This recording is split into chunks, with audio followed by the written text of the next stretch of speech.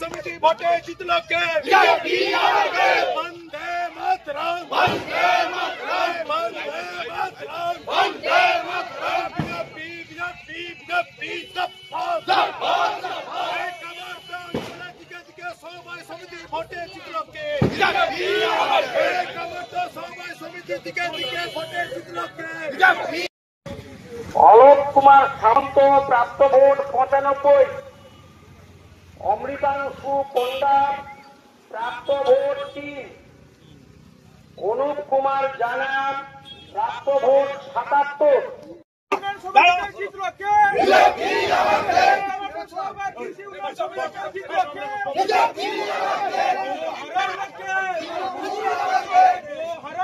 উল্কামার্টা থেকে দূর দূর সুরাটকা, দূর দূর দূর হেরেছে হেরেছে হেরেছে হেরেছে।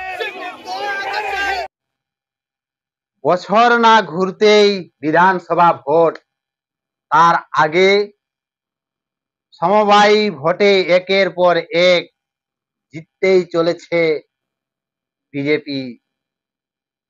এরপরে শুভেন্দু বাবু নিজের জেলাতে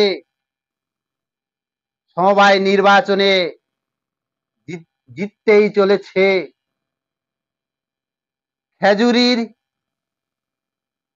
খেজুরির 1 নম্বর ব্লক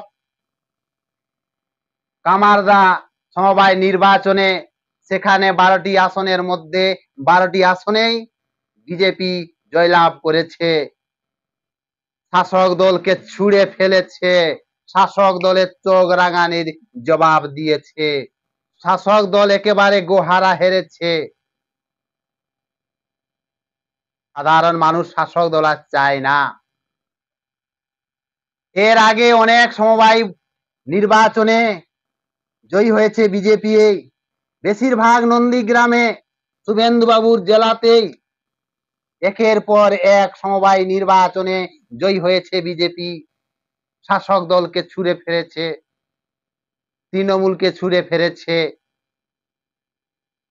এই যে জয়, এই জয় সাধারণ মানুষের জয়, এই জয় সনাতনীদের জয়। এই শুভেন্দু বাবুকে চ্যালেঞ্জ করেছিল মুখ্যমন্ত্রী। আর গতবারে বিধানসভা ভোটে নন্দীগ্রামের মানুষ মুখ্যমন্ত্রীকে ঝামা ঘুষে দিয়েছে।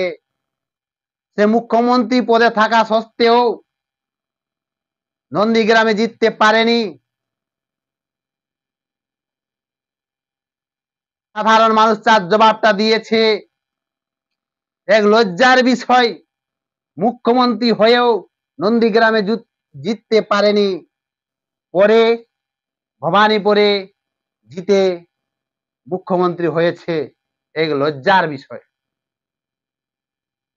মুখ্যমন্ত্রী বলেছিল যে নন্দীগ্রামে মডেল নন্দীগ্রাম তৈরি করব। কোথায় গেল নন্দীগ্রাম? এই নন্দীগ্রামে শুভেন্দু বাবু নিজের জেলাতে একের পর এক সমবায় নির্বাচনে জিততেই চলেছে। প্রথমে এই খেজুরির কামারদা সমবায় নির্বাচনে সেখানে ভোট করতে দেয়নি। সেখানকার বিজেপি কর্মী সমর্থকরা হাইকোর্টের দ্বারস্থ হয়ে পরে নির্বাচন করতে দেওয়া হয়েছে। সেই নির্বাচনে কিন্তু তৃণমূলকে জবাব দিয়েছে সাধারণ মানুষ।